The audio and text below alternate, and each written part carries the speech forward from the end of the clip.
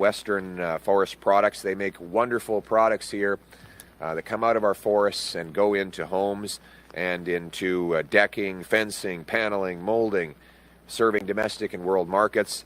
They are the best of Canada. They bring home the Canadian promise for their workers who get a great paycheck selling wonderful products. But unfortunately, after the lost Liberal decade, that promise is broken. Workers work longer and harder for less. Housing costs have doubled, so our youth can no longer afford a place to live. Liberal taxes punish work, and Liberal inflation has driven 2 million people every month to food banks. This was all before President Trump first threatened his tariffs against Canada. I was glad to learn that the President and Prime Minister spoke today, and like all Canadians, I hope they had a successful talk, and I look forward to hearing about the results that they achieved in that conversation for Canadians. But regardless of what was said, what is now clear is that it was a mistake over the last lost Liberal decade to weaken our economy and become more dependent on the Americans. Liberals blocked pipelines, LNG plants, port expansions, and other major projects because of a radical net zero ideology that has now made us more reliant on the Americans than ever before. We need to break that reliance. We need to put Canada first for a change by axing taxes on our industries to bring home more production, by lowering taxes on workers so they can spend at local small businesses, creating made-in-Canada jobs, by removing Liberal laws, C-69, the No New Pipelines law, by getting rid of the energy cap and the industrial carbon tax to bring production back to this country so that we can stand on our own 2 feet and stand up to the Americans with economic sovereignty. Richard Zussman, Global News. Yes. I know you mentioned the meeting that took place today between Mark Carney and the President. Excuse me. If you are the Prime Minister at the end of all of this, would you have any preconditions on a meeting with the President? And I know you haven't seen it yet because it just happened. The President's in the Oval Office, and he just said, we have Liberation Day on April 2nd, and I'm not talking about Canada, but many, many countries have taken advantage of us. Any thoughts on potentially a changing tone out of the White House? Well, let's hope that there is a change in tone. We want to put an end to this crazy tariff chaos. We have the best trading relationship in the history of the world. Why not continue and grow that trading relationship as two separate sovereign nations?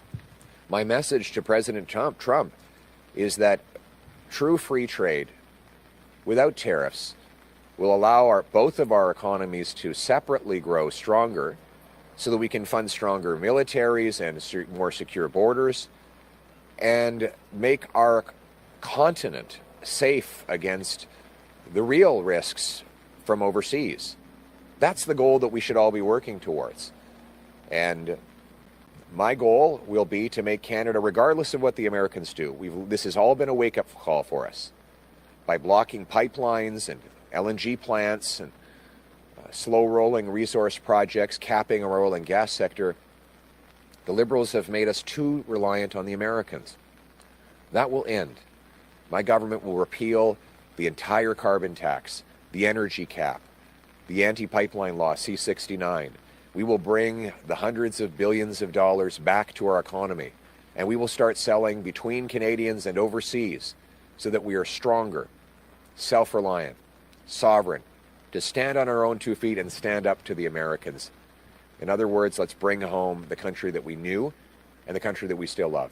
Thank you very much. Thank you. Next question. Good morning, Dean Stoltz, Czech TV in Victoria. We are at a sawmill here in Nanaimo, and mills like this are becoming increasingly rare on the island and in BC. People at these places are worried about their jobs.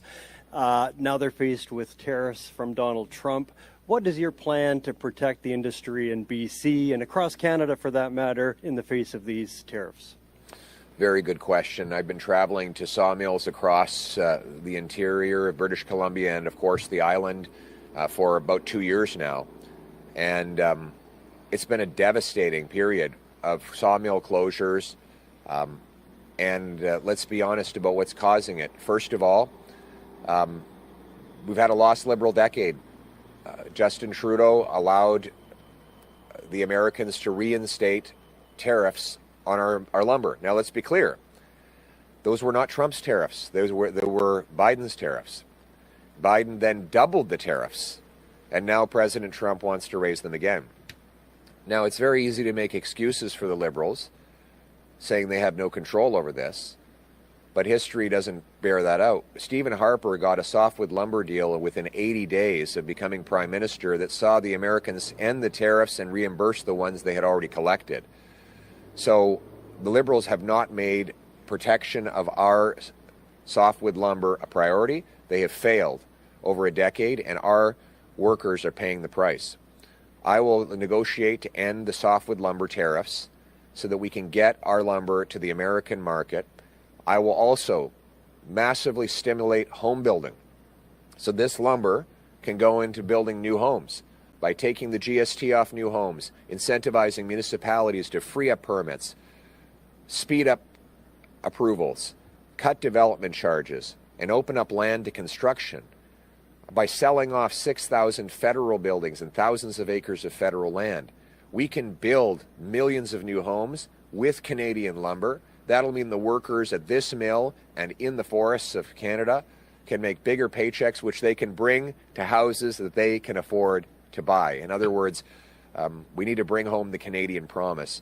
And the choice in the next election is after the lost Liberal decade of losing jobs and wealth to the South, of higher taxes and crime. Do they deserve a fourth term, or is it time to put Canada first with a new Conservative government that will bring our jobs home to Canadians? English, en français. Well, it's clear that the president would like to keep the Liberals in power. They've been very good for his agenda. He wants to take our money and our jobs, and Liberals have helped him do it. They've blocked pipelines, LNG plants, they've raised taxes. Mr. Carney wants a massive tax on our Canadian industry that will drive jobs south of the border. Mark Carney and Donald Trump have one thing in common. They both favor taxing Canadian industry. Trump with tariffs and Carney with carbon taxes. And obviously that will send hundreds of thousands more jobs south of the border into the arms of the Americans. So by contrast, though, Canadians will have to decide after the lost Liberal decade, do you want to give the Liberals a fourth term of driving up costs and crime and driving our economy down under the American thumb? Or is it time to put Canada first for a change with a new Conservative government that will axe taxes, greenlight our resources, bring home our jobs so that we can stand up to the Americans from a position of strength?